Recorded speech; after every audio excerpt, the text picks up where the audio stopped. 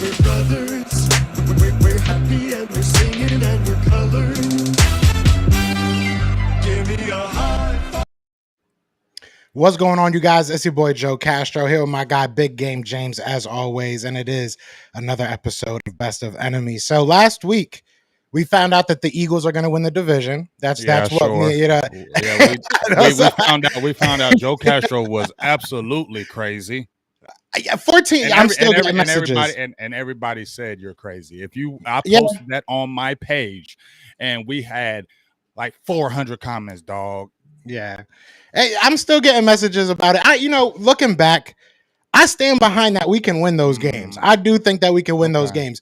But realistically, is 14 real? No, probably not. I'm more around the 10 to 12. I had Bo Wolf on like a couple days after, and I told him about it, and he was like 14, Joe? 14, really? So trust me.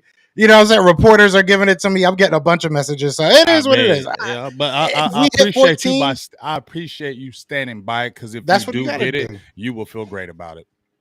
Yeah, exactly. If we hit 14, all these people better come, say sorry, because that's all I'm saying. But last week we went over, obviously the whole NFC East, talking about the standings and everything. So this week, a lot of you guys were asking in the comments last week for us to rank our cornerbacks, right? We got into a little bit of a scuffle, a verbal scuffle on here about our feelings about the cornerbacks. And so this week we're going to rank our cornerbacks. Now, before we get into anything, before we actually get into the list, which I kind of want to hop right into, but what was your criteria? What was, we're going over the top 10. Obviously, it's not just NFC East. It's not just, the Cowboys versus Eagles players. What was your criteria of putting these guys in your top 10?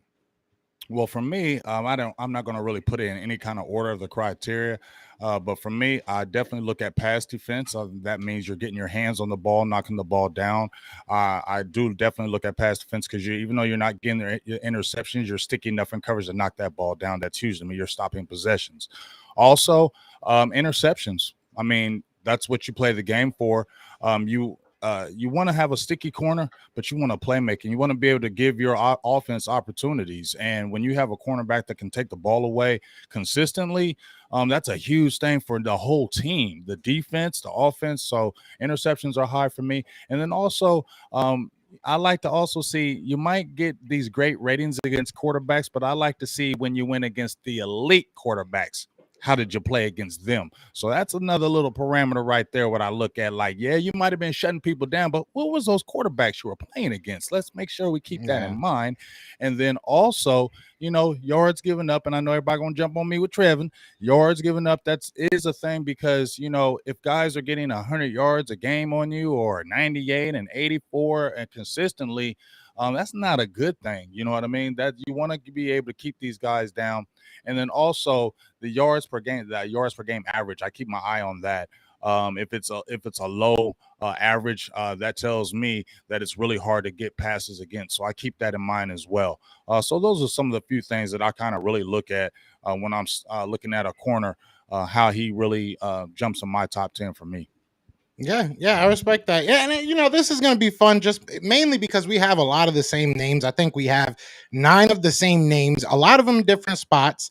And I think one player that is going to be very interesting for us to talk to, obviously outside of your top 10 that was inside of mine, one player in yours that was outside of mine. So we'll get to that and everything. But final question I do have, before we get into this top 10, is there anybody outside of the guy that we both know, right, that we both know we're going to talk about, outside of him? I don't want to give away cookies too much, but is there anybody outside of this top 10 right now that you're looking like people are probably going to get on me that I didn't put him on there?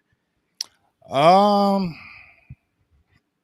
don't feel so. I mean, there's some guys out there, but if we're talking about top 10, I don't think so. I think this list is pretty legit all the way, and I don't think anybody can be mad at me except that one person. Yeah, that's gonna be it's gonna be fun, man. This is gonna be a lot of fun. So what we're gonna do is we're gonna go 1 through 5, because honestly, I agree with you. Patrick Surtain is one of the guys that you had on there that I did not have on my list. I feel confident putting that out there right now already. But He's maybe somebody that I could have put on there. I just feel like that 1 year, I feel like everybody else has a little bit more of tape, a little bit more of we know what they are. Patrick Surtain had that 1 year. I don't want to go jump off a bridge, but if you're ready, I'm ready to hop right into it. I think we should do I'm 1 jumping through off that 5. bridge. I'm jumping. Yeah, I know. So we're gonna get there. We're gonna definitely get there. So we're gonna go 1 through 5, and then we'll do 5 through 10, obviously, and we'll talk about who we left on. If you want, I'll let you kind of kick it off.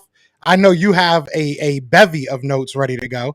So I'm actually excited for this. If you're being real, I did my research as well, but I know when you come to me with a bunch of pieces of paper ready to go, so I'm excited to hear what you say.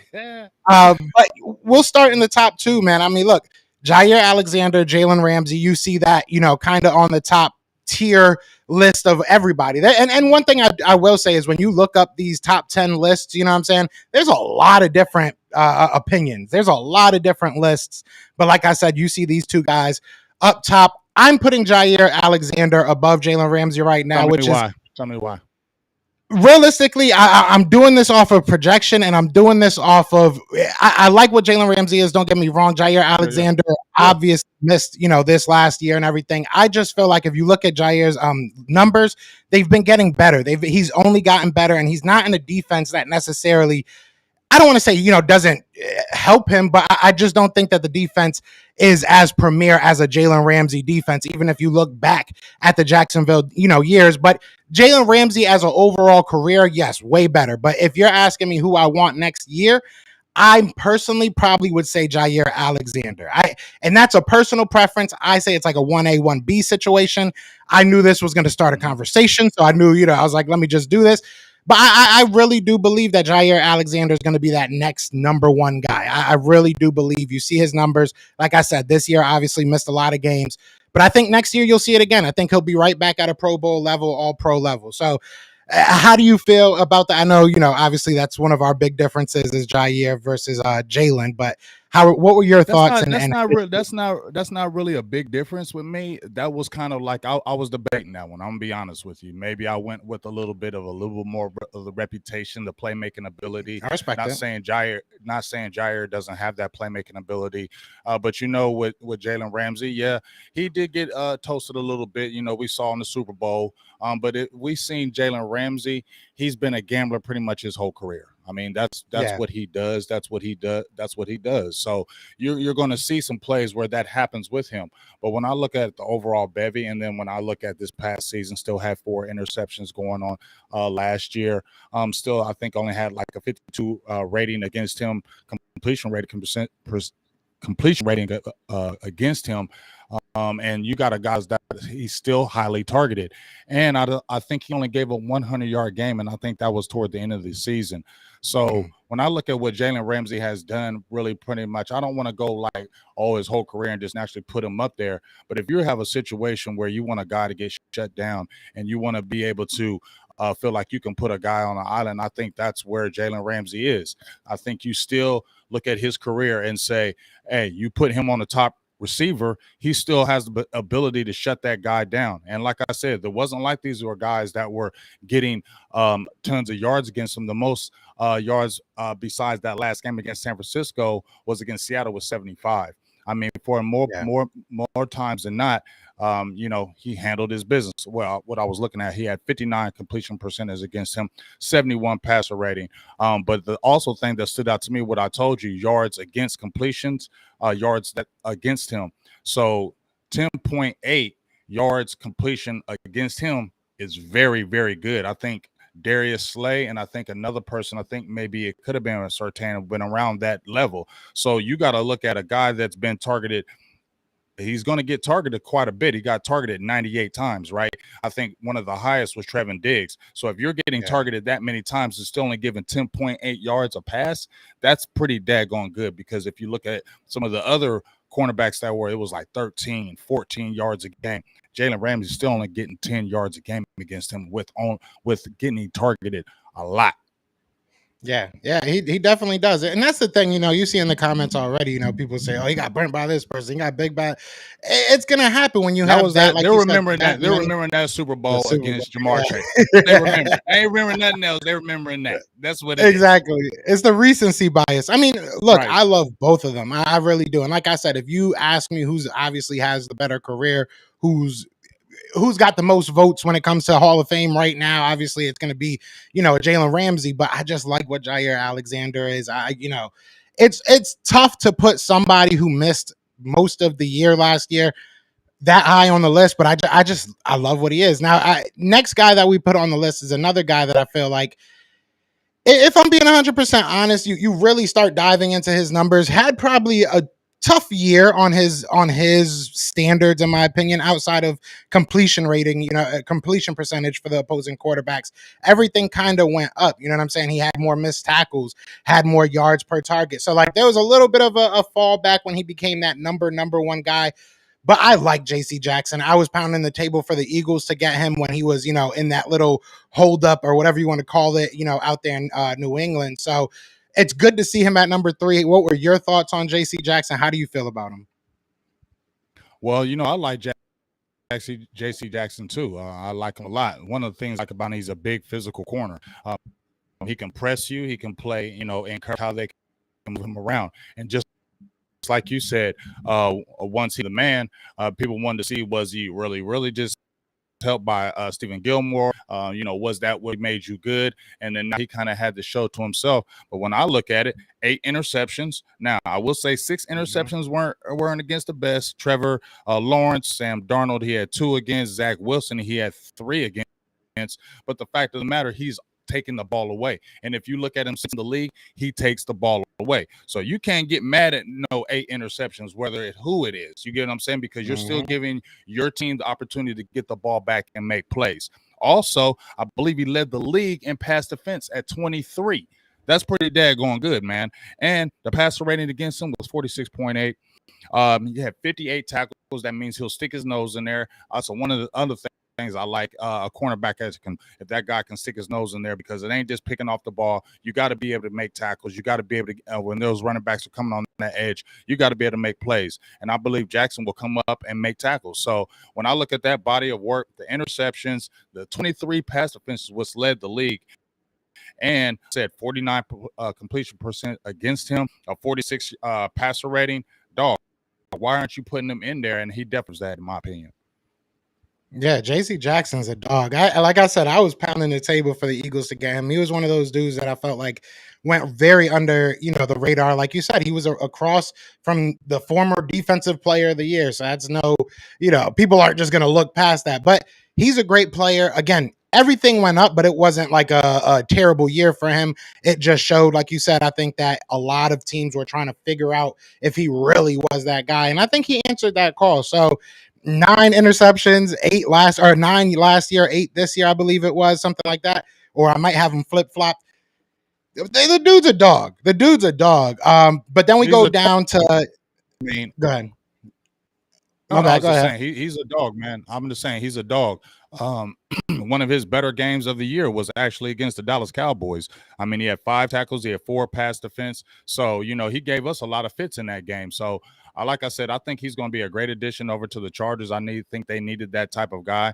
And one of the things that, like I said, you want to be able to get interceptions, man. I know you want to be able to shut those guys down, but if you can take the ball away, that is huge. I don't care what anybody tells me. If your cornerback can take the ball away, and that is a threat, every time they throw your way that you can get the ball and make a play, take it back to the house, get the ball back for your offense, and you can come down and score, that is huge in your mind. Yes, you can get the ball.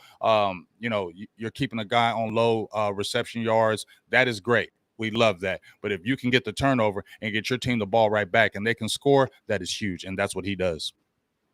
I feel like you're building up for the second half of this list. You know what it is. Yep, it's coming. I'm building. I'm setting it up. I'm building it up. No, I agree with you, man. I love what JC Jackson is. Now we move to number 4 and number 5. So I have your number 5 at my number 4, and then number 4, and we just disagree on a player. But Right. I have Xavien Howard. I have Marlon Humphrey. I think that we'll talk about Xavien Howard when you come up for him. But I want to talk Okay. about Marlon Humphrey real quick. Marlon Humphrey, Okay.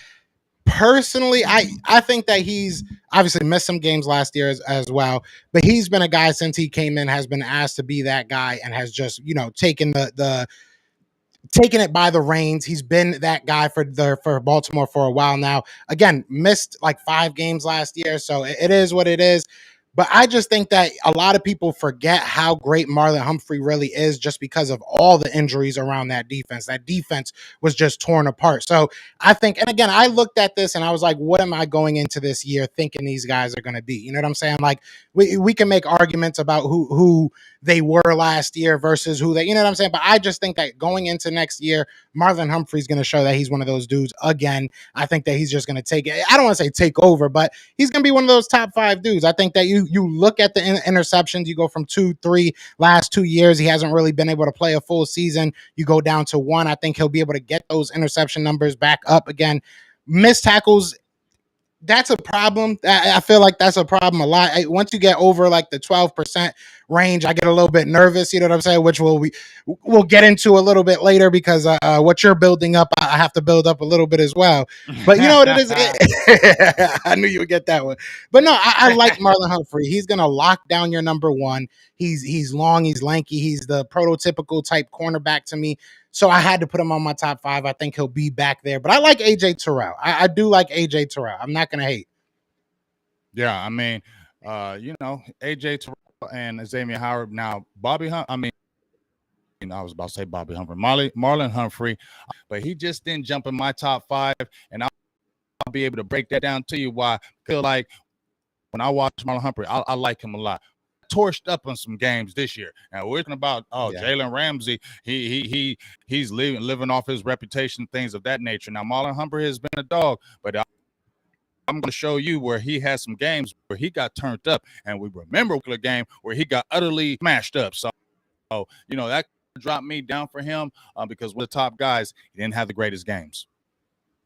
Yeah, no, I can definitely agree with that. I look at this defense that the Ravens had last year. I felt like every week I was hearing a different injury for them. I know it's part of the game, but I think that it affects him as well, so it is what it is. We'll see what happens.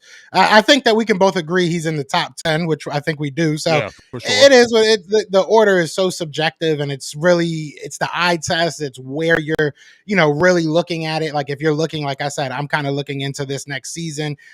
There's so many different ways to look at it, but I like Marlon Humphrey, and a lot of different people are saying different things about Marlon Humphrey. So it's interesting. It's an interesting conversation. The craziest part about this, I think there's maybe one guy, and I think it's AJ Terrell, that's in this list that's even on their rookie contract.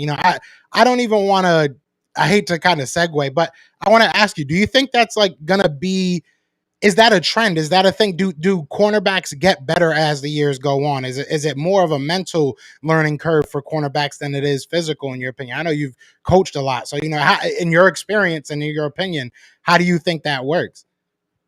I just think you get better. I mean, I feel like if you really hone and work at your craft, like we're talking about a Pat Surtain, we're talking about AJ Terrell.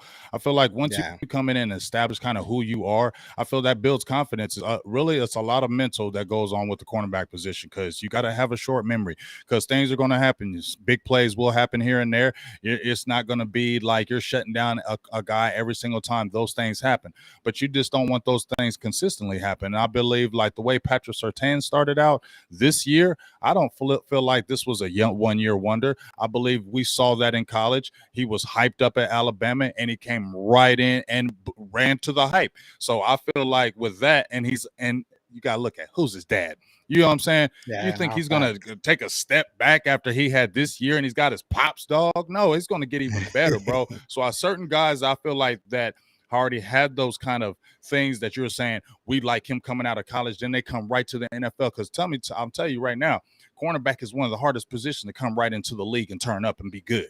Okay, because you're going through a lot. You're dealing with top receivers. You're dealing with guys, and once that offensive coordinator sees he can get at you, they're going to attack you all freaking game. They will not give up. They will be relentless. We've seen it time and time again. Aaron Rodgers, the Tom Brady's of the world, when they get a young guy and they get in his head and he's playing off a little bit, they go after him dang near every other play. So that's why I feel like if you can come in and establish yourself early, I don't feel like it's going to be a fall off, especially if you were drafted high. You're just basically backing up why you were drafted that way, and it's going to continue to get better. And that's why that certain person is in my list. And AJ Terrell took a big step forward. AJ took, last year, his rookie year wasn't bad by any means. Don't get me wrong, but it wasn't great. Obviously, this year, basically 100% improvement across the board, especially numbers. So it's exciting for guys like him, especially out there in Atlanta. When you look at all the turmoil they're going through, obviously losing your face of your franchise. Now you got guys like Kyle Pitts, you got AJ Terrell, you got guys. Even who did they just draft? Didn't they draft another cornerback? I'm spacing on dude's name. Me too, but they drafted a couple. They had a pretty decent draft, I think. Yeah, so it's nice. So it's looking up. So I think they did the right move by getting rid of Matt Ryan. He wasn't doing anything with them any longer, and it was time to move on. And it was time to get younger, and it was time to usher in a new era with Atlanta. But I feel like if you got an AJ Terrell, that's one of your cornerstones, and he's young, he's just going to get better and better, I feel. And we'll see. And that's the reason why he jumped to my top 5. Just jumping off my list, on my 5th guy, Xavien Howard came in 5th for me. And one of the reasons why he's in there is because, we had talked about, he's an opportunist, man. He gets the ball. I keep that in my head, man. This kid has 27 interceptions since he with Miami. He had 5 last year, this past season, 10 the season before. So one of the things that you really love is that he gets the ball. That is high to me. That means he's giving your team opportunities, okay? And then also, he'll stick his nose in 50 tackles. We like that. We're talking about, let me get my notes here because I did go deep on that. 16 pass defense. I told you, if you are not getting the interceptions, Joe, I still want you to get your hands on the ball. 16 pass defense. So he was in the upper echelon of still knocking the ball down, even though he wasn't getting the interception. Now, he had 52 completion percentage against him. If you want to keep it in that 50, probably 55 or low range, you want range as far as completion percentage against you, that means how they may catch the pass. We understand that. 72 passer rating against him. I see that. But the biggest thing, like I said, to me was the interceptions. He gets the ball. He knocks the ball down. He had 20 pass defenses last year. So that's a guy who's always getting his hands on the ball, Joe. So if you got a guy like that, and if you got a guy like that, that's a guy I want to have on my team, because anytime you throw their way, there's a chance that my guy is going to get that ball, either knocking it down or getting the interception and giving my offense an opportunity to score points. So he's got to be in there for me in that top 5, and he's been doing it. You see what I'm saying? It's not like the season. The year he got injured, played like 5 games the year before, he had 7 interceptions. That's not easy, Joe. It's not easy to get interceptions in the NFL, man. It's just not. Especially when you have that reputation, right? Right, especially, and because people, and it's not like it is nowadays, like it was back in the day. When they had the Deion Sanders, people didn't want to challenge them. These quarterbacks now, it don't matter if you're good; they're going to challenge you and throw that ball after you. So you don't live off that reputation like we watched in the 80s and 90s, where they're like, "Oh, he's just so good, we ain't throwing his way." Yes, they are. They're going to try to throw you against your way, and if they can get at you, no matter how good you are, they're going to continue to do it. And we've seen it time and time again. And we talk about Jalen Ramsey. Did Joe Burrow back off of Jalen Ramsey once they got a few passes on him? No, he went after him. So I don't feel like that's a thing where quarterbacks are just going to stay away from these cornerbacks anymore. And then when we were talking about AJ Terrell, one of the things that stood out to me when I told you about the tackling, 81 tackles. Are you serious? Yeah, 81 tackles. I think he will. If we're looking at all the top 10 cornerbacks that we talked about, he had the most tackles out of every cornerback in there. That's huge to me. Only completed 47% of the passes against him. Huge, 47% rating, 60-point completion percentage, which that's got to get better. He did have the 11 missed tackles. Don't like that. But he had 9 points yards against him as far as pass play. Remember, I told you, if you're keeping that low, that is huge. So even though he doesn't get many interceptions, you're not throwing You're not averaging 12, 13, 14 yards against when you're throwing passes. When you throw the pass to him, he's on you and he's getting you down. So he's in coverage. He's super young. Arrows pointing up. I think he gets even better. And if he can take the ball away even more, I think he's going to stay in that top 5. Yeah, I like him a lot. I think, it's interesting because you look at guys like that and you look at how like the position is starting a bit. That's going to be kind of the mold, I think is the word I'm looking for. Like he's going to kind of become the mold of what you want your cornerback to look like, moving forward in the future. So it's going to be fun. And to kind of piggyback on Xavien Howard, to me, he's what Trevon Diggs should become or could become if he, continues to stay aggressive and just gets better at kind of avoiding the big plays over the top and stuff like that. Because if you look at Xavien Howard, things that jump out especially are kind of those yards after the catch, giving up big plays because he is such a aggressive cornerback.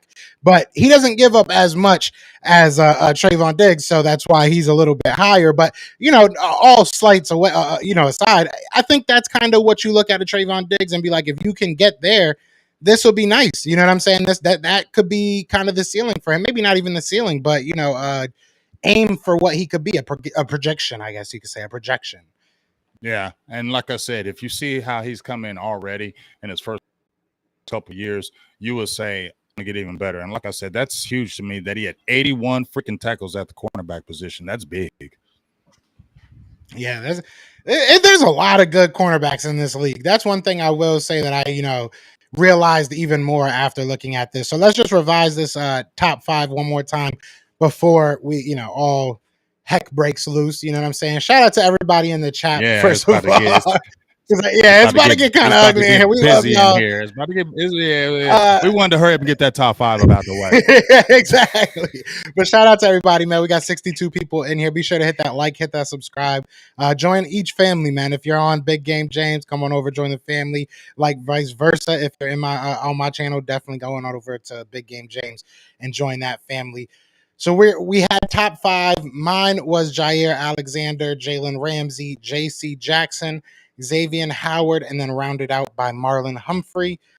Big Game James, a little bit different, but, got mostly the same players. Jalen Ramsey at number 1, Jair Alexander, J.C. Jackson, AJ Terrell, Xavien Howard rounds out his top 5. So I feel confident about that top 5. How are you feeling about your top 5? I feel good. I don't feel like a lot of people can jump up and go crazy on me because of my top 5. I mean, these guys are established. I feel like I said, you got the young buck and AJ Terrell. I think a lot of people might say, hey, man, you putting it up there too. I don't believe so. If you look at a lot of other publications, they like that too. And like I said, Xavien Howard has been doing it. He's been a guy that's been consistent in this league. And then, like I said, J.C. Jackson just got the nice contract over with the Chargers. And 23 pass defense. You can't get away from that, man. That's huge. Yeah. Yeah, that's a big fact. That's a big fact. It's going to be exciting because I usually don't do these lists. You know what I'm saying? I usually don't like to give people enough rope to hang me with, and I think that's what these lists do sometimes. So, this is going to be fun to see how this all pans out. So now this is where it gets fun. All right. We get to 6 through 10. We get to 6 through 10. I gave you an asterisk at the bottom so people could at least see that. You know what I'm saying? As they come in and out. I appreciate that. So we'll start with yours. We'll start, actually, we'll start with mine because I know you got some things you want to get off your chest. So I'm going to start with mine. We'll go 6 through 10. Denzel Ward, I got at number 6. I think that you can make an argument for him to be in top 5. There were some stats that, obviously jumped out at me. Hold on, I wanted to pull something up real quick because I did want to look at this. His percentage of missed tackles. That's what you look at the number and that was something that really jumped out at me. You look at the number, whether it's 5, 10, whatever the number is, but the percentage of it is, to me, that's telling me the amount of times that you're getting your head in there. This is how many times you're missing. You know what I'm saying? So when I look at him, I feel like he misses his tackles a lot. The number of tackles may have gone down. The number of actual missed tackles have gone down, but his number outside of 2019 has stood around 15%. And that's not a good thing to me. When you're that number 1 guy, we expect you to be a little bit more hard-nosed. And you're on a defense that's pretty darn good. You're on a defense that allows you to get a lot of times you look at this secondary and you can kind of cover up or mask a lot of deficiencies with your secondary when you have a very good front seven. I feel like they have a good front seven, and I still feel like he kind of gets exposed sometimes. So I like Denzel Ward again. Like I said, you can make an argument maybe top 5, but I put him at number 6. This is where we get in my bag. We get into our feelings a little bit maybe, but I got Darius Slay at number 7. I have Darius Slay at number 7. Now, Joe, why do you have Darius Slay at number 7? I'm gonna read off some names for you. Okay, I'm gonna read off some names for you. Read it off. People, everybody, screenshot my list because I ain't hating. I'm gonna read off some names. I ain't hating. Calvin Ridley, Kenny Galladay twice, right? Amari Cooper, Keenan Allen, Antonio Brown, DJ Moore, Tyreek Hill, all under 20 yards going against Darius Slay last year. That's all against Darius Slay, right? First in defensive touchdowns, third in coverage grade, only 28.8 yards allowed per game while traveling with the opposing wide receiver number 1. This is Darius Slay's, I want to say like 9th year. Don't quote me on that, but he's only gotten better. I feel like in a defense that was void of a cornerback number 2 at sometimes, devoid of a real solid safety duo, void of a front 7 at most of the times. We were bottom 3 in sacks last year. You were still able to go out there and make a big impact on defense. So for me, like I said, I'm looking into next year, right? I did say that. I'm going into next year and who I want to come with me, right? Darius Slay is one of those guys I want to come with me. I feel like you've only gotten better. And now if you look at his situation in Philadelphia, we finally gave you a guy on this other side of you that is going to be above average. I won't say that he's going to be great, but he's going to be above average. You finally have a safety duo that's not terrible. You have a very good front 7. So I think that only up for him. So I have him at number 7. That's what, and I think that that's fair. And then I have AJ Terrell. We talked a lot about AJ Terrell. It was kind of because of the big jump. You know what I'm saying? That's my biggest thing with AJ Terrell is that like you was hating because he's young. A little bit, baby. Yep. You can say that. I mean, realistically, for me, it was like just a huge jump. I don't know. I want to see a little bit more consistency before I really put him in my top 5. But it was just a big jump. But he wasn't bad as rookie. He wasn't bad, but he went like I think top 10 is fair for like if I just went off his. I think just off his first year. No, you got it. But I think if you basing it off his first year and then you average it out with his second year, I think he's right there in the top 10. If he has another year like he did this year, then I'm definitely gonna be like, all right, I look stupid. He should have been in my top 5. But for right now, I got him there. And then Tredavius White, I know people are probably going to dog me for that, but I got Tredavius White at number 9. I think he's been a dog. He's missed some time. He's not. I thought he was a lot older because I felt like he's been that guy for so long. It felt like he was a lot older than. Yeah, he does look old too. But he's been that guy for so long. You know what I'm saying? It feels like for the past, half a decade, you've been talking about Tredavius White as one of those number 1s. So I had to throw him in that number 9. And then I gave you your flowers, man. We agreed on Trevon Diggs. I thought you was and I was. I told you so bad. Yeah, bro, you like a brother to me. You like family to me, right? And I had to tell you before we got on the show. For full disclosure for everybody, I had to message him yesterday and send him the pictures of the actual list. Usually I don't. And I was just like, you don't know how bad I wanted to keep Darius Slay or keep Trevon Diggs off of my list. Look at him. See, you were saying I was bad, man. I was in my bag. But I will say this before I know you probably have a whole spiel about, Trevon Diggs, but I will say this. Look, Trevon Diggs went out there and did something that is very, very hard to do. And that is go out there and get double-digit interceptions.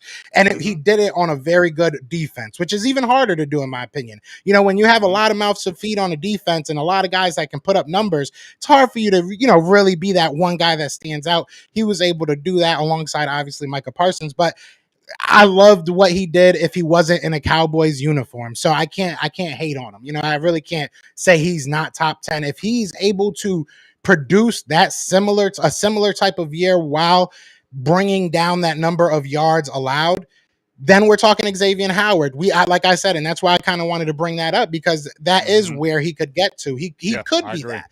But right now, I don't believe he is. So I had to put him at number 10. But you know, the world wants to know. And if the world doesn't, I at least want to know. Talk to me, James. Talk to me. Talk to me about your list, brother. Talk to me about your list, because you know I'm upset. Okay. You know I'm upset right now. I know you upset. I know you upset. I'm sure you are upset. But here it is, man. Okay, first, so I went with 6 with Tredavius Ward. Tredavius White. One of the things I want to pull out about Tredavius White is that he played 12 games, so he didn't play a full 16 games. I believe he tore his ACL, or I believe he's rehabbing from that.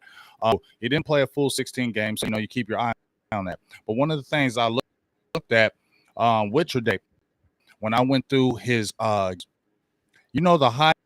highest receiver yards against him was 52 in Buffalo. Nobody else had over 52 yards against him the whole season. That's devastating. Completion percentage against him, only 51%. Like you said, he's been doing it. Passer rating against him, 59.9. Still been doing it, 41 tackles. Now, the thing that you said that I didn't like as well is the missed tackle thing. He had 19.6%. That's not good. Yeah. That's a lot of missed tackles. So that kind of is Larry. And then he didn't have a lot of interceptions, but he is a guy that can get his hands on the ball. But once again, you had nobody getting close to getting over 60 yards against him this season. I want to pull up a few other things about Tredavious White. What was I didn't allow to over and in 12 games, bro, 328 total yards. That's damn good. He only allowed 328 total yards and 12 games, bro. And like you said, he seems like he has been in the league forever, but you know why? Because he's been doing it every single year, and that's why he's got to be in there, because he's just a sticky corner. He gets his hands on the ball. I would like to see his pass defense go up a little bit more, but I think it will. He's a guy that's sticky, and he's a guy that's ultra uber aggressive at the line of scrimmage. He will get physical with you. He's not the biggest guy in the world, but he plays real physical at the line of scrimmage, and that's why I like him. And I think he's going to always, until he kind of goes, he's just kind of going to be that guy, you know what I mean, that you just talk about year in and year out. He's just a guy that's steady for you, and that's what I believe White brings to the table. Now, we're going to my number 7 guy. You brought up Denzel Ward, and you talked about the missed tackles. Yeah, I seen that missed tackle thing. But one of the things I want to show you when I put my notes on Mr. Denzel Ward, as I get them right here. Where you at, Denzel? Where you at? Okay. 43 tackles, right? 10 pass defense, 60 completion percentage, 76 rating. I didn't like that, but he only gave up 9.3 yards per pass play. I like that. 3 interceptions. That means he gets his hand on the ball. But then I wanted to bring up something to you, Joe, that I was looking at. Remember I told you, let me see who he was going against. Patrick Mahomes, 4 of 6, 37 yards, no touchdowns. Kirk Cousins, 3 of 7, 44 yards, 1 touchdown. Kyler Murray, 3 of 4, 17 yards, no touchdowns. Cincinnati, Joe Burrow, 1 of 4, 11 yards, no touchdowns. Green Bay, 4 of 8, 57 yards, no touchdowns. That stands out to me. You went against quarterbacks, okay? You didn't go against all bums the whole year, and it wasn't like they weren't trying to go against you. But guess what? They didn't do nothing against you, dog, with these elite quarterbacks. So that stands out in my mind, bro. Remember I told you, it's not just you shutting down people, it's who you shutting down. We can see, like, if you're playing against some rookie quarterbacks, you should get interceptions. You should knock the ball down. They're rookies or the young guys. But when you're going against these established guys who I mentioned that he's playing against on a regular basis, you see his numbers against him. That's why he's got to be in there for me, Joe. Now, I told you he does have to get better, and you're definitely right about what you mentioned about his tackling. He's got to get better than that. But he's good. He's only like 24 years old, and he's got the speed. I like his makeup speed. He can get back down. If you get him beat on the first move, he's got enough makeup speed to play with you on the ball. So I love Denzel Ward, and I got to see him out here in Ohio State. Obviously, I'm out here in Ohio. I get to see him, so I saw him a lot. So I like Denzel Ward. Now, Marlon Humphrey. Marlon Humphrey dropped for me in a little bit, and I'm going to tell you a little bit why. Marlon Humphrey's been consistent, man. He's a dog. I like his size. He's a big physical corner. He will get at you. I love how he's sticky. But one of the things I'm going to bring up against Marlon Humphrey, 58 tackles, right? I like the 13 pass defense. 53% completion percentage, but he gave up 665 yards. That stands out to me. 98.6 passer rating against him. That stands out to me. 14.8 yards per pass play against him. That stands out to me. That's why he drops. And then we got to go back to quarterbacks that he went against. And we remember one particular quarterback that torched him really bad, and that's why he really dropped. But let's talk about that. Against Baltimore, against KC, 4-7, 48 yards, touchdown. We saw against Cincinnati, 7 of 10, 227 yards, 2 touchdowns. Ooh. That was a torching. Against Minnesota, 7 of 11, 98 yards. So that's almost another 100-yard game. So the times he went against elite quarterbacks this past season, they kind of ate him up this year. So that's why I'm like, Marlon Humphrey, I love you, but you got to drop down a little bit, because when you went against those elite guys, they kind of got after you. So, and one of the things about Marlon Humphrey is he might be better in the slot sometimes, because he plays really good in the slot. So maybe they may want to see what they're going to do with that. But that kind of stands out to me for him dropping at 8.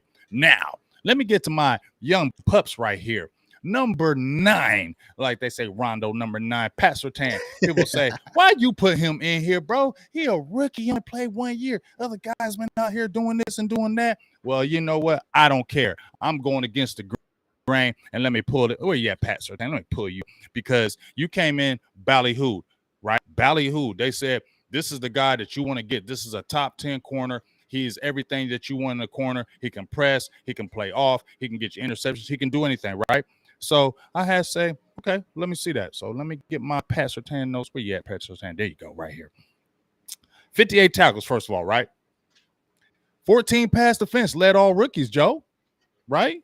Led all rookies. 4 interceptions, Joe, as a rookie.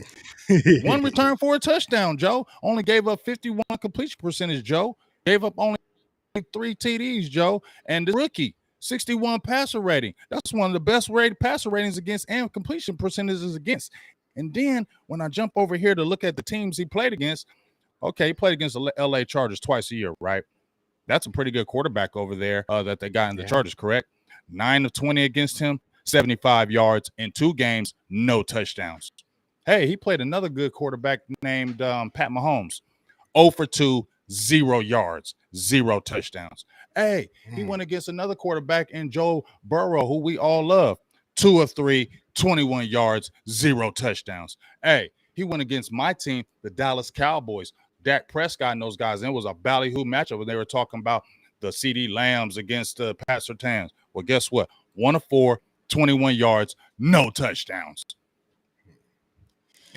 I know Devontae Smith mossed the heck out of that man. So, I mean, I have him just outside of my top 10. I'm not going to hate, but I do remember that. We were giving him a lot of flowers. I'm just going to say. But you remember, but here's the thing. You remember that one thing, but you don't remember a lot of things that people were doing to Pat Surtain. Okay. And I don't think he gave up. I think he gave up one receiver was 75 yards was the most yardage he gave up to one receiver the whole year as a rookie, Joe.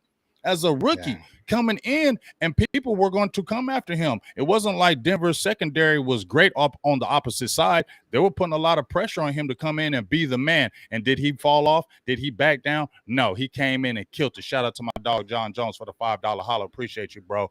But he did everything that everybody has said this guy can do. So why would I feel that this trajectory would go down? We just talked about it. You got your dad as Pat Surtain. You act like people think that this dude is going to fall off from this. No, he's going to get even better. And he already got, like I said, 4 interceptions, and he's the prototypical size at 6'2". He's a big corner and can play multiple things. So that's why the youngster, I'm not hating on the young guy. Pat Surtain is in there. And we about to hit number 10 because I seen some of my Cowboys fans. Like, he should have been higher. He shouldn't have been higher. No, he shouldn't have been higher because a lot of people didn't want to put him in that top 10 because of those certain things, because he's still growing in his position. But let me break down Trevon Diggs. And I'm going to tell you first thing about Trevon Diggs, Joe.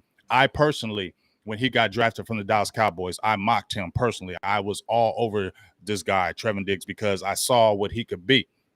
Because he's still a baby at this position, Joe. This is what you got to see. When we were talking about him and Darius Slay, he's still a baby at this position. I told you, he wasn't a full-time starter at corner until his senior season. He was a receiver his first couple of years, and then he got hurt. So he's still learning this, dog. So you're talking about 1 year. He had a full-time at the cornerback position at Alabama. He comes in only 2 years and has 14 interceptions in 2 years. And let's remember, folks, his rookie year, he dropped 2. He should have had 5 to 6 his rookie year after the 3. So really, he should even have it more because he gets his hands on the ball. But let's talk about Trevon Diggs right quick. 52 tackles. Let's jump out there and say 21 pass defense. Excuse me. 21 pass defense. I'll say that again. That's because everybody was going after him. It doesn't matter. You can go after him, but he's knocking the ball down. He's getting his hands on the ball. He's still being in there. And that was, believe second in the league behind J.C. Jackson. So when we talk about J.C. Jackson having 23 pass defense, Trevon Diggs was right behind him. And here's the thing. They're attacking him because we see he gives up yards. But I think one of the reasons why he does give up yards, and I will say this is the reason why these are some of the things he needs to work on. Because when he came out of college, I said, he needs to get better at press coverage, getting his hands and redirecting the receivers. I talked to George T.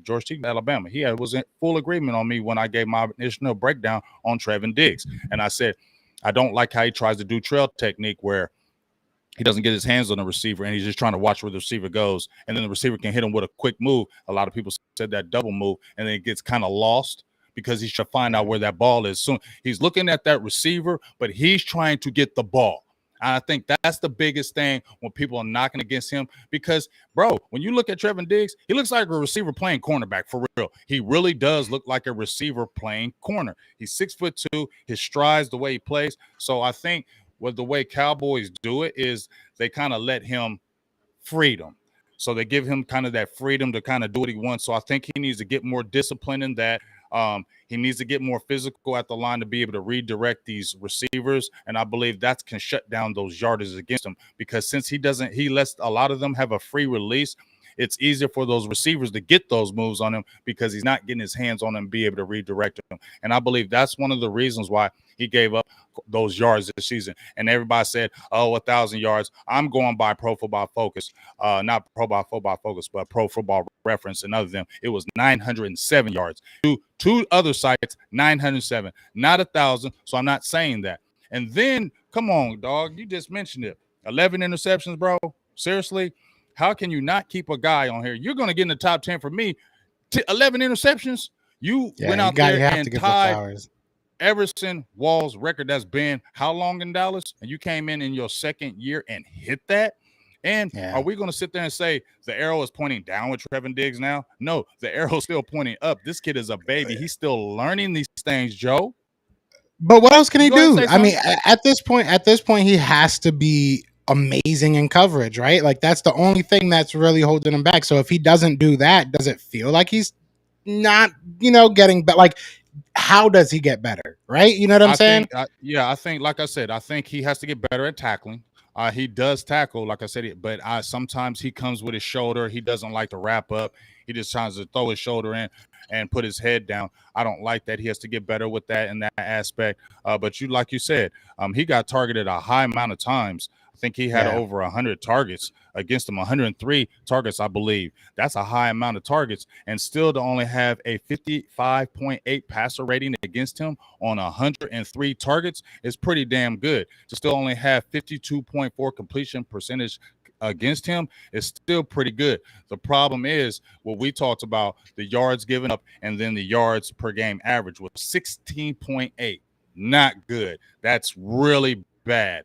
That's where that's got to really tighten up. And if he can tighten it, get it down to where we're talking about, Joe, in that 10, 12 range or even lower, then you're feeling really good about what Trevon Diggs. But you can't tell me the arrow's not pointing up and you cannot put – people are saying, I'm not putting Trevon Diggs in that top 10. How can you not, dog? That you can't tell me this dude is not going to continue to be playmaker, get his hands on the ball. Now, he may not get 11 interceptions every year.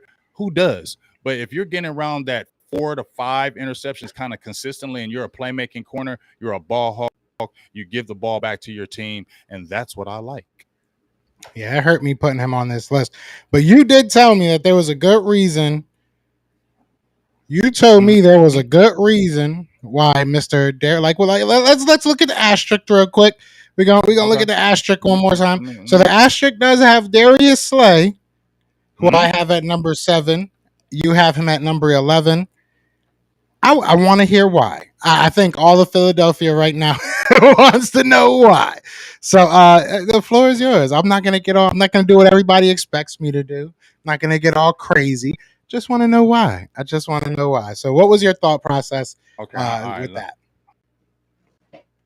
Okay, so here's the thing with Darius Slay. I'm not hating on Darius Slay. I like Darius Slay. He's a very good corner. Okay, if we're talking about if he's a better overall corner between him and Diggs, I will say he has more tools, more toolbox in it. Say overall, but here's the thing.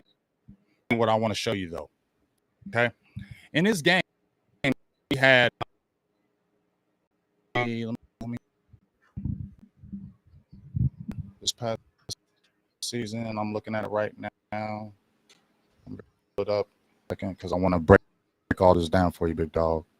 Okay, here it is. Oh yeah, no, I got nothing but time, brother. So when we're comparing these when we comparing these numbers, remember Diggs on his on the targets that he had. He had 103 targets. Darius Slay had targets. Darius Slay 58 completion percent. Him. Trevon Diggs 52. Passer rating against Darius Slay was what was his passer rating against? It was higher than Trevon Diggs. I believe it was in the 70s. So he had a higher passer rating against him. Yes. 74.4. Yeah, 74 points. So that's a higher passer rating. And then one of the things that stood out to me, now remember I told you I like that he only gave up 10.7 yards per catch, which is damn good, okay? But one of the things that stood out to me, Joe, now remember I told you about the quarterbacks that he played against? Numbers are a little bit skewed about the yards given up, and he still gave up definitely 535 yards. But let me tell you who he did is he had 2 games against this, bro. And it was 0 for 6 completion percent against him against the Giants. Who is that quarterback? Yeah, I get it. Kenny Galladay was the victim, but I get it. But who was the quarterback? Okay, I feel you. I feel you. Him 2 games where they didn't get no yards against him, and then went against New Orleans, and he only had 9 yards completed against him. Taysom Hill, he doesn't throw the ball. Yeah. Them numbers are skewed right there. So those 3 games right there stand out to me because those 2 games, no yards against, and then Taysom Hill, 9 yards against. So you still gave up 535 yards. You get 3 games where you played as quarterbacks, okay? And then guess what? You went against Dallas, and yeah, you may have shut down things, but it was 5 or 6 for 40 yards. You gave up 2 touchdowns in that game, though. You gave up 2 touchdowns in that game. Technically, you played against depending on who you. Depending on it don't matter. It was against on that. It don't matter. This is right here. This is across the board. Touchdowns against Darius Slay boys 2 across the board everywhere. I respect it. But we're ignoring Calvin Ridley. We're ignoring Keenan Allen, Antonio Brown, DJ Moore, Tyreek Hill. Those guys got good quarterbacks. Just to play devil's advocate, realistically, James, I'm gonna be 100%. I'm gonna be 100% honest with you. Yeah. Honestly, I don't think, and I think a lot of people in the comments will agree with this. I don't think it's that big of a deal. I don't think that you're wrong in having Darius Slay outside of it. But this is going to be the point of contention I had to make. So, what I'm saying?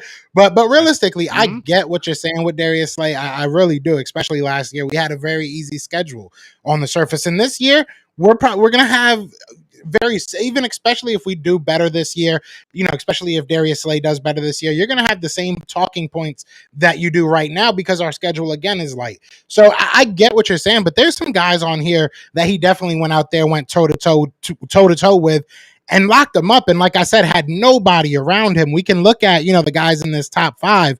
You look at Jalen Ramsey's defense around him. You look at J.C. Jackson's defense around him, Xavien Howard's defense around him, that's really where it kind of ends. But Trevon Diggs, Tredavius White, these guys have great defenses around him.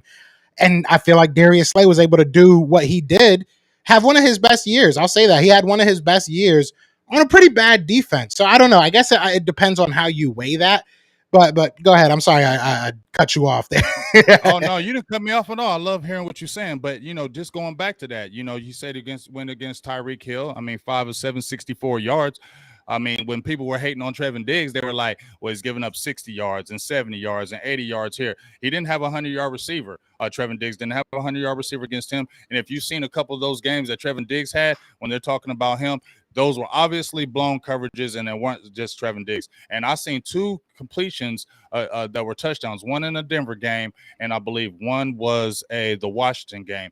He was right there. His hand was literally in the breadbasket. It was just a great pass. So it wasn't like when Trevon Diggs was getting beat on any of those long touchdowns, it wasn't like he was lost in 4 or 5 yards behind.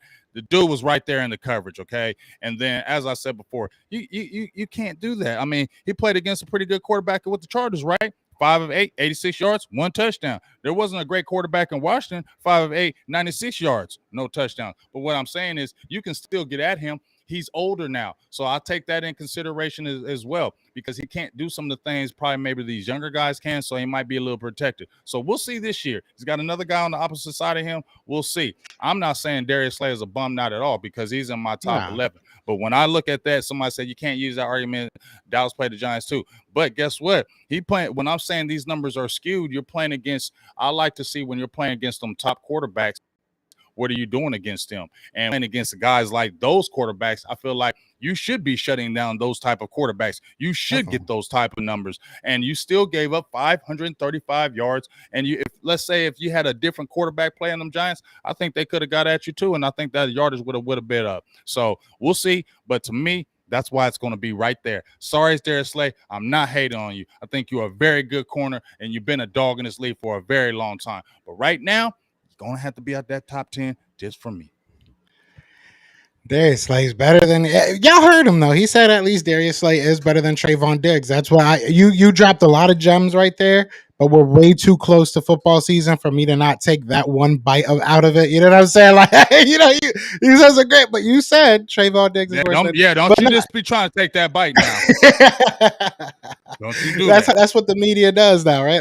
But no, I agree with you. Look, I think that, and I'm going to pull it up one more time. I think that you can make the argument for either one. I think Patrick Surtain would probably, I didn't go as far as 11, 12, 13 in my mind. I kind of did. But as far as like sitting there and really, really wanting to sit down and research it, I probably would have had Pat Surtain right there, if not number 11, number 12. So it really becomes on preference right here. I like Trevon Diggs. I don't like Trevon Diggs, but I like what he is as a player. Told the truth. Just tell the truth. I had too much coffee. That's what it is. I'm saying crazy things. I didn't say I didn't like Darius Slay though. See, that's the thing though. See, it's hard not to like him.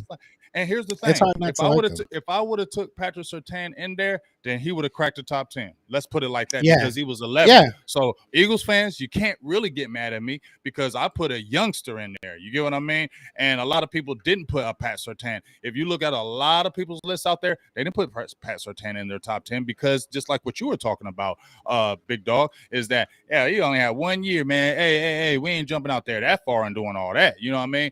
But you know what? I just feel like when you look at the trajectory and look at his kind of pedigree with the father and things of that nature, I feel like it's going to continue to get better. But if I didn't put that rookie or the youngster in there at Pat Surtain, it probably would have flip-flopped. I would have moved Diggs up to 9, and I had Darius Slay at 10. So Eagles fans can't get too mad at me because he would have been in there if you didn't have that young buck Pat Surtain that I really like.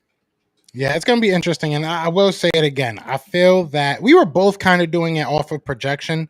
I think that we had different sets of terms as far as projection went, because with me, I'm looking at Darius, and I know we looked at a lot of young guys as well, and Darius Slay is kind of the father time of the group. I think he's the oldest person on this list, if I'm not mistaken. Right. I think he's like 31 years. Yeah. Yeah, he's the oldest. So I mean, when you put that into context, I looked at the projection of Darius Slay finally having teammates. I think that he had 1 year with the Lions that he actually had, a good defense around him, and he had one of his better years. And I think that something like that can happen again. Somebody did say that, and now I lost the comment, but somebody did say that Darius Slay had one of his worst years this past year. You could have fooled me. There were look. I just that's not. You could have fooled me. That's just kind of. I just look at that. Yeah, I look at when you're able to actually help your secondary out, it goes a long way. It really does. If your front seven, and I'm talking Cowboys, if the Cowboys front seven wasn't as disruptive as they were, people like Trevon Diggs would not be able to be what Trevon Diggs was. He was allowed to do that because he knew he had some dogs up front too, so he took a little bit more risks. We didn't have that. Slay had to be everything. He had to be the safety over top. He had to be the cornerback, and he had to be the linebacker sometimes. So it was he was asked to be, he was asked to be a lot. So it is what it is. We'll see Well, what like I happens. He said, said it ain't statistically. like I said, he was right there, and I hear a lot of people saying, "Ain't no way that you're gonna have Pat Surtain." Listen, this is the thing. This is my list. You got Yeah. it, my list. This ain't none of your Facts. list, and please don't be mad at how I'm saying it. This ain't your list. This ain't Pro Football Focus list. This ain't Sporting News list. This is Big Game James list. And I like Pat Surtain, so I'm putting him in my top 10. And I I don't give a respect hell it. what anybody thinks. He's going to be number Got 9 it. for me. And I guess what? Surtain, listen to this podcast and go ahead and do it 2 years in a row so you can validate what the hell I just said about you, because it's going to happen. So I don't care what anybody say about me not putting Pat Surtain in my top 10, because he's there. He's going to stay there. And that's where it is. Yeah, it's more the Darius Slay for me. Looking at it and realizing that he is the oldest person on my list, that's kind of crazy. I didn't even think of that. But that shows you, man, he's aging like fine wine. He really is. Darius Slay is going to go crazy this year. Trevon Diggs, I think he's gonna, we'll see what happens. I'm not even gonna sit here and hate on him. I want to, but I'm not gonna sit here and hate on him. It is what it is. But like you said, these are our lists. These are just our opinions. It is what it is. If you guys have an opinion, if you guys have a list, we welcome them. Please, DM me, DM James on Instagram, Twitter, wherever we are, wherever you follow us. Hit us up. Send us your list. We would love to go over your list. We would love to read, your guys' stuff, whatever you guys are thinking, whether it's the quarterback list, whether it's this cornerbacks list. Let us know, man. We really go off of you guys. So whatever you guys want to talk about, we're more than willing to talk about. Let's go over this list one last time. You know what I'm saying? That hour went quick. I'm not gonna lie. I didn't realize. Yeah, because we was all up in this one. So that time go quick when you're having fun. You feel me? Time go quick. Exactly. So again, I'll read off my 5. I'll let you read off your 5 if you have any last words about your top 5. But I got Jair Alexander, Jalen Ramsey, J.C. Jackson, Xavien Howard, and then Marlon Humphrey. If I'm being honest, if I went back and did this again, I might move Marlon Humphrey a little bit down because he did kind of off that ledge. Yeah, Off that ledge a little bit, huh? You definitely did. You definitely did. After listening, I was like, oh, maybe he can go down a smidgen. Maybe throw AJ Terrell up there a little bit more. But yeah, I like my top 5. I'm not mad at it. Like I said, I like Jair Alexander with the projection of him will be. I know the biggest gripe with people is going to be the time he missed. I'm cool with that. Let's have that smoke. Let's have that talk. But yeah, I'm cool with my top 5 list. I'm cool. So how are you feeling about yours? You want to go over yours? I mean, I'm cool with mine. I think the only thing where I could probably, maybe flip flop with Jalen Ramsey, because he did get exposed a little bit, but that was not really exposure. He just had, kind of everybody has kind of a bad game. I think if you more times than not, you say Jalen Ramsey can bang on a lot of those matchups. And then obviously a lot of, like you said, a lot of people would say Jair Alexander only played 4 games. So why is he in there? Because you got to kind of look at that body of work, and you can't sit there and say, if we're talking about top 10 corners right now, Jair Alexander, since what he's done, and he's still young, is not in there. So even though he didn't play a full season, you got to put him in there because he had one of the best years in 2020, the year before. J.C. Jackson, we both agreed on him being 3. We felt good about that. The pass defense, the interceptions, we feel good.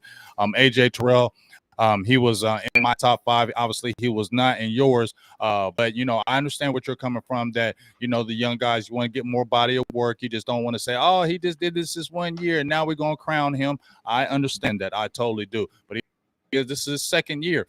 And from his first year to his second year, his first year was not bad. And then to come back his second year and do even better, that's why I got to throw him. That's why I got to look at the trajectory of, like, this kid is going to continue to get even better. And then when we talk about Xavien Howard, I think I like ball hawks. I like playmakers. 15 interceptions in the last 2 years, 27 interceptions in his whole career at Miami. He's a guy who puts his hands on the ball, always getting a high pass defense, had 16, had 20 the year prior. I like that. And so he's going to be in there. If somebody can always get their hands on the ball and get your offense the opportunity, you're going to be high up there for me. Yeah, I respect it. I like your top five. Like I said, I might have moved AJ Terrell up a little bit more uh, in hindsight, but hindsight is 2020. That's why we do these lists. Now, 6 through 10. 6 through 10, again, I don't feel. Yeah, you go back to the quarterback list, you go back to even our prediction. We're not far off as far as who we have in it. It's just maybe different numbers. So I have Denzel Ward at number 6, Darius Slay at number 7, AJ Terrell at number 8, Tredavius White at number 9, and then your boy Trevon Diggs, give up Diggs plays. Big play, give up big play Diggs. Cut it out. Trevon Diggs at number 10. But it gets big interceptions, and he did return 2 for touchdowns. So he did do one of those against your quarterback when the game meant something, right? Because we can't say that second game meant anything, but in that game that meant something when he went against you guys, he turned up a little bit, didn't he? Matter of fact, his first 2 years, didn't he play against Carson Wentz the year before, and he turned up? Yeah, and he got 2 interceptions, I think, 2 throughout interceptions the season. I don't know if it was the game. Was it the game? Yeah, he got 4 interceptions against y'all since he's been in 2 years. Well, so what are we talking about here, Eagles fans? We'll see. Hey, he's in my top 10 for now. He's in my top 10 for now. We'll see what happens. Make sure y'all Eagles fans know that. No hating. Just make sure y'all Eagles fans know he got 4 picks against y'all already. Now you can go ahead. We'll see what happens. It's gonna be fun. This season's gonna be fun. But I probably would, if I'm being real, if I had to change anything, which I probably wouldn't. Maybe an AJ Terrell moves up. Tredavius White is probably the person I would actually move up. But I'm cool with this. I'm okay with my bottom 5. I really have no issue with that. And you could go over yours. Oh yeah, I'm gonna be first tell you, I don't even hate on you bottom 5. You know, I think it's still a very good list, and we already discussed about the Darius Slay thing. But you know, I feel good about my list as well. 6 of Tredavius White. You know, he missed some games with the injury, so we'll see about that. But as I said before, in 12 games, he only gave up 338 yards, and there wasn't a receiver that got over 60 yards against him. He got to be in there. Like I said, Denzel Ward. I told you about when he went against those top dog quarterbacks. He played very daggone well good. I think the main thing that he just needs to work on, just like you said, the missed tackles. He gets those missed tackles. Man, that dude is a beast. And he's, like I said, I think he's only like 24 years old. So I feel good about Denzel Ward. Marlon Humphrey, I felt like the only reason why, like I said, he dropped down for me was because, you know, he went against some guys and they kind of got at him this year. And I think that's one of the reasons why he dropped down. We talked about those numbers that I explained to you early in the show. Go back and check those. I'm not going to go over those again, but you can hear what I said. High passer rating against him. Yards per game was high this year. Had some monster games against him this past season, especially Joe Burrow, what he did to him. So that's why he dropped down. But I think Marlon Humphrey can bounce back because I believe after that game, Joe, against the Bengals, one thing I liked about Humphrey was after that game against Bengals, he came on Twitter and said, I played like trash. I played like crap. I'm going to get better. This is going to get better. I respect the hell out of that he can say, yeah, I played garbage. I got ate up, but it's not going to happen again. So I respected that. And then the youngster, Pat Surtain, for all the people that said he shouldn't be in there, yeah, just go look at the quarterbacks that he went against and how he shut down the Pat Mahomes, the Joe Burrows, the Dak Prescotts. You feel me? Those type of guys had great games against them. Had no receiver get 100 yards a game against him. Had 4 interceptions, one return for a touchdown. How can you not tell me? And the completion percentage was only 52. The passer rating against was only like 58. How can you sit there and tell me that this is going to regress and not get better? Don't believe it. And then I feel great about my Trevon Diggs. You know, and I think, like I said, the only reason why he's 10 and not higher with me is because he did give up the yards. There was a lot of games where there was an 84-yard game or a 70-yard game or a 75-yard game or possibly 90. He had a lot of those games that was happening with him. So that's the thing that dropped him down for me and not being higher on this list. And I feel like he does got to get better in the tackling aspect, get a little more physical at the line of scrimmage with the getting his hand on the receiver and be able to redirect. But 11 interceptions, bro, 2 return for touchdowns, 14 interceptions in 2 years and dropped like 3 his first year. This dude is an opportunistic ball hawk playmaker. And you can never tell me no one does not want playmakers and ball hawks who are on their team. You can't tell me, Joe, that if you had a corner that could get 11 interceptions for you last year, you ain't taking that, bro. Oh yeah, definitely. Everybody, interception turnovers in general are gold, right? Especially in this NFL. If you can get the ball from that offense, give your offense another opportunity. That's gold. That's what the coaches, try to hammer into your mind, man. Especially, it's nice. We'll see what happens. We'll see if he can continue that. That's the biggest thing with me. We'll see if he can get those, numbers down as far as giving up yards, and we'll see what he becomes. I did say that I think that an Xavien Howard is a nice little comparison I to like what he that. could become, right? Comparison, you like that? But no, to what he could become. So it's interesting. It'll be very interesting, and it's cool to kind of have a front seat to that. Now, people are saying, some other guys. I'm seeing Carlton Davis. Somebody else said some other people, but look, if you guys have different. Too. Yeah, Marshawn Lattimore. If you guys have different lists, please, we'll go over them next week. We do have Jake Arthur from the Locked On podcast coming on Tuesday. I said Tuesday around 6:30 to talk about the Colts. So we're going to go deep dive into that, talk about the Colts. So I'm excited about that. Nice little extra episode for everybody of Best of Enemies. But is there anything you want to say before we get out of here, James? Yeah, I want you to post that comment from Eagles Land. Where is it at? Eagles has landed. Eagles has landed. See it? Where he at? He gave us a great comment. If it does come up, see if you can find it. He gave a great comment. Is it newer or older? Yeah, I believe it might be newer. Basically, what he was saying, and I appreciate it. I can't remember exactly the full words of it, but he said he's grown to really love the show. Says we got great chemistry. He said, hey, even though Big Game James is a Cowboys fan, he's objective and he keeps it real. And I'm not just saying that for me, but I just want to say, in some of my few last words, once again, continue to support this thing, man. This thing has grown leaps and bounds. We just got another great host that he just mentioned from the Colts. This is Joe been killing it, man. Joe been putting this stuff together, man. So, Joe got some things really going on that's going to be really exciting. But, I just want to always say before we get off these shows, man, Joe's a monster. He has created this. He created this and put this thing together. And we just ran with it. It started really small. Wasn't nobody really watching like that, but we ain't care. We just wanted to really get the content out there and have a good time. And now to see how this has grown, I just really love what my dog Joe has brought to the table. Best of Enemies podcast, number one, the name is awesome and great in itself. And then just the combination of what we try to put together for you guys. We're always trying to add new things. And I just want to give my dog, Joe Castro, a big shout out for really making this thing pop and making it happen. He's the driver of this. I'm on the side of it. We just kicking it, and we just want to continue to make this thing. But listen, Joe is the man, and y'all need to realize that. Go support his channel. Go like, follow, all that, because he got more things going on besides those Eagles, man. This dude is nice. So I just got to give you a lot of flowers right now, bro, because you're a beast. I appreciate that, man. That's love. That's love. This has been a lot of fun. This is one of I look forward to it, right? Like Sundays are really fun because of this. This is one of those things. Even my girl's like, "Are you James doing the show today?" I'm. This is a lot of fun. It's nice to be able to bring Cowboys and Eagles fans together, right? Like it's dope. It's dope. You guys are breaking the mold of what people think this should be. A lot of people think that this should be just yelling and screaming and nobody getting anything from it. And you guys are, and not just us, you know what I'm saying? Obviously, we're facilitating it. We're opening the chat for the possibility, but you guys are the ones that are actually making it happen. So I appreciate y'all. This has been a lot of fun, to be honest. I never would have thought that it would blow up like it is. And we're only getting started. We are only getting started. So I appreciate everybody for the kind words, man. I see everybody in the comments going crazy now.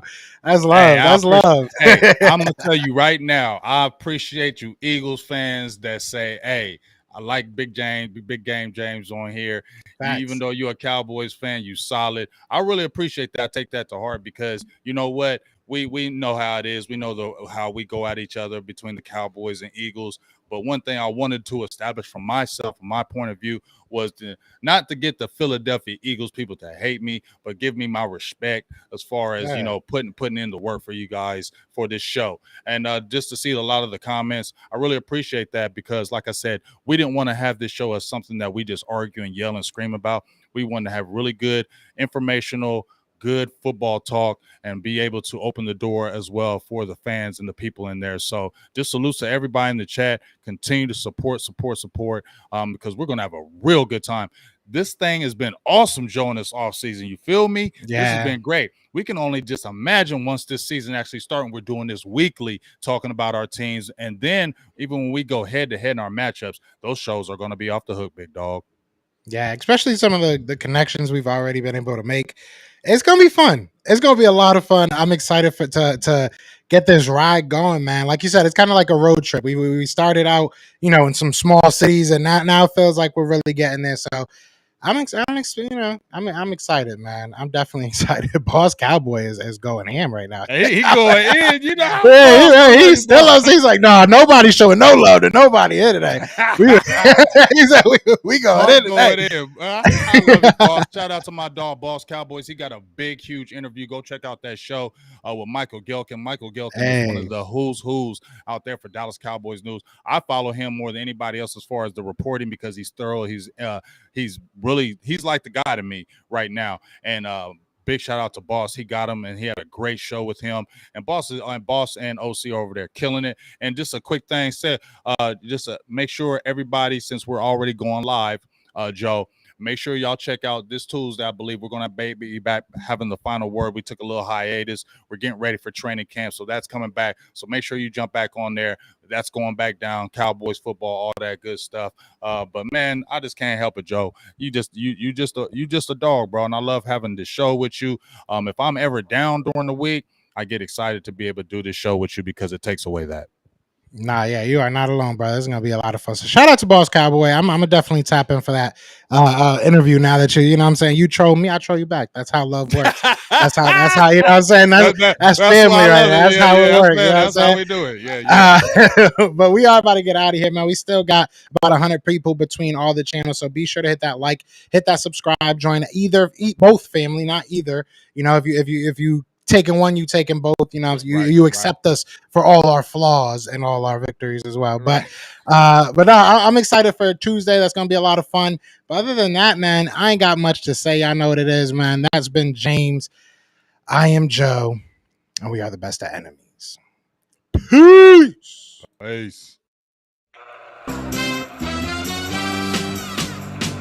brothers. We're happy and we're